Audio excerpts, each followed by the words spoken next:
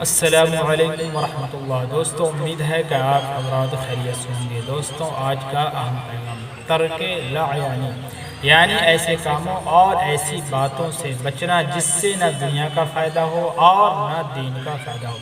جس طرح بیمار آدمی کو دوا کے ساتھ پرہیز بتایا جاتا ہے تاکہ جلد صحت ملے اور تندرستی میں بڑھوتری ہو، اسی طرح 6 صفاتوں کے ذریعے جو دین ہماری زندگی میں آ رہا ہے، اس کی حفاظت کے لیے گناہوں کے ساتھ ساتھ فضول کاموں اور فضول باتوں سے بچے تاکہ ہماری نیکیوں کی حفاظت ہو اور ہماری نیکیوں میں بڑھوتری ہو۔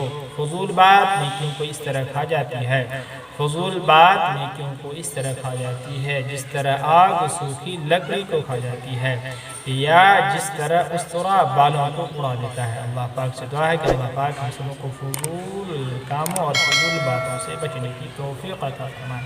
السلام علیکم ورحمۃ اللہ وبرکاتہ۔